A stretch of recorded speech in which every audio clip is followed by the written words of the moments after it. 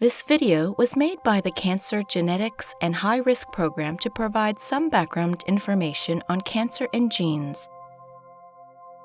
We are all at risk of having some type of cancer in our lifetime.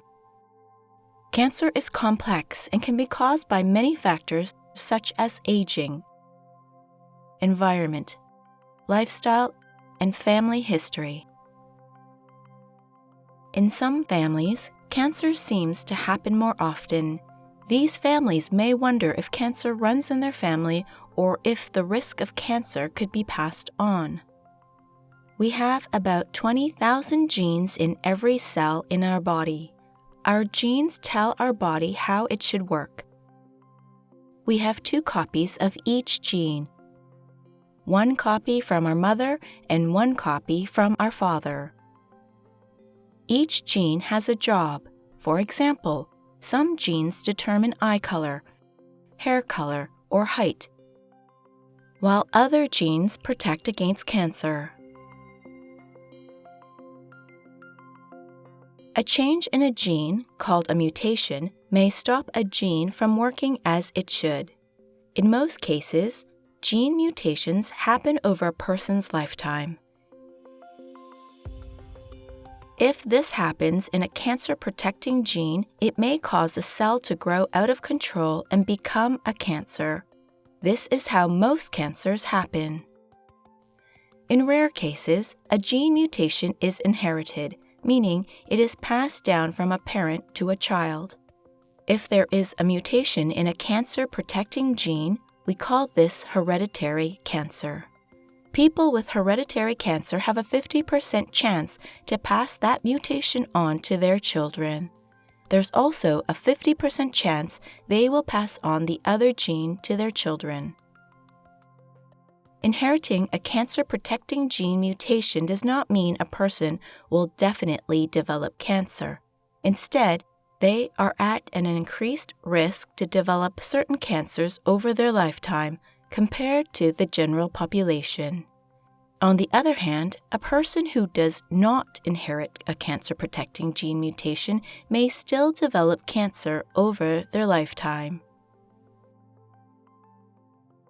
Families with hereditary cancers may have cancer at young ages, more than one type of cancer in the same person, rare types of cancers, and many family members with hereditary related cancers.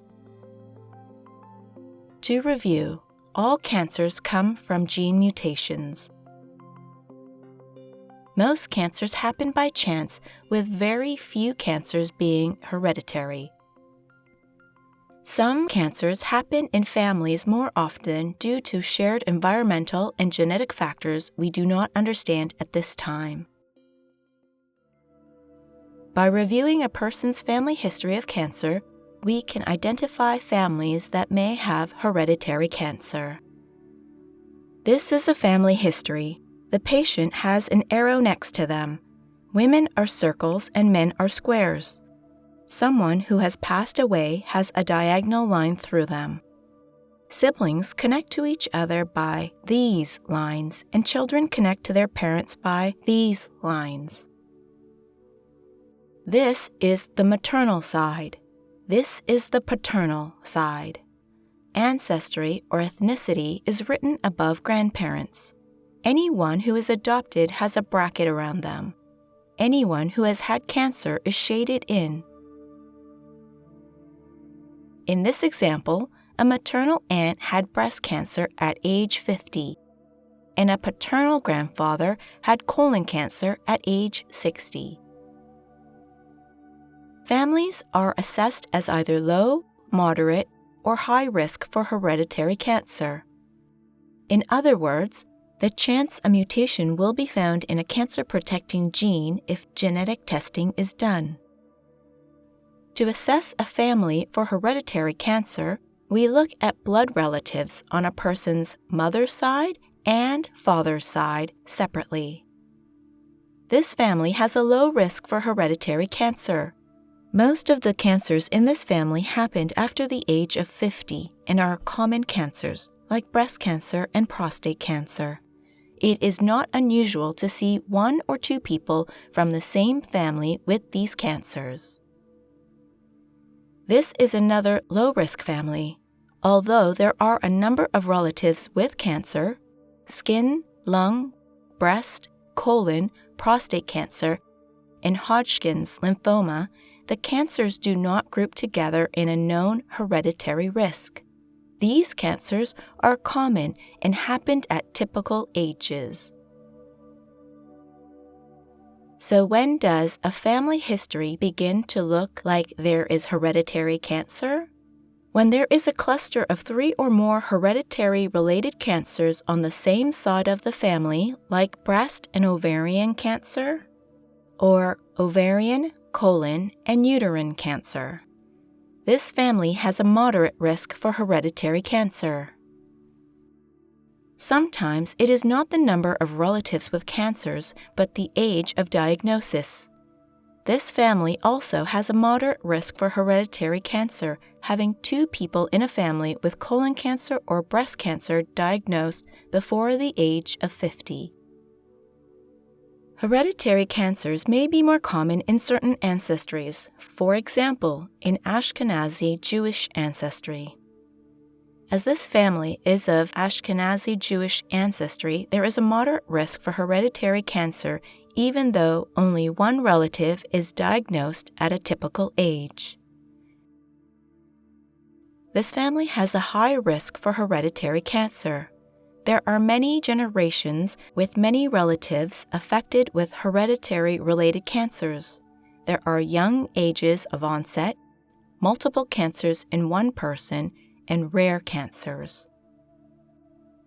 Not all families with hereditary cancer look like this family, which is why testing is offered based on both personal and/or family history of cancer. Genetic testing looks for mutations in our genes. It is typically a blood test. The test offered depends on the personal and/or family history. Testing can be a gene panel test, which looks at multiple cancer-protecting genes at one time, based on ancestry, which looks for certain mutations in certain genes, or predictive testing, which looks for a known mutation already found in a family. Genetic tests results may have an impact on a person's treatment plan, their cancer risks, as well as their family members' cancer risks. In Canada, government-funded health insurance will pay for genetic testing if certain criteria are met. Most criteria for genetic testing are for people with a hereditary-related cancer based on personal history alone or personal history along with family history. There are very few testing criteria for people without a personal history of cancer. The Genetic Non-Discrimination Act, GNA, is a law that protects a person from the use of genetic test results in certain settings. GNA prevents insurance companies, life and critical illness, and federal government-related employers from using genetic test results against a person. GNA does not prevent insurers or employers from using information about personal history and/or family history of cancer. Genetic test results can be positive, negative, or uncertain. Most people will have a negative result, meaning no mutations were found in the genes tested. A negative result lowers the chance for hereditary cancer, but does not rule it out. There could be a mutation in a gene not tested, or a small chance a mutation was missed by the testing that was done. It is also possible there is a mutation in another family member, so it may be helpful for other family members to consider genetic testing. An uncertain result, or a variant of uncertain significance, means a change was found in one of the genes tested, but there is not enough information available to know if it is connected to cancer risk. As such, medical care typically is not changed, and testing for family members is not recommended for these variants. For negative and uncertain results, screening is still important as it does not mean a person or family is risk-free. Like most tests, genetic testing has limitations, and genetics is only one piece of the puzzle. For this reason, any cancer screening recommendations would be based on personal and family history. It is important to stay in touch with genetics as the field is always changing and new information may be available in the future.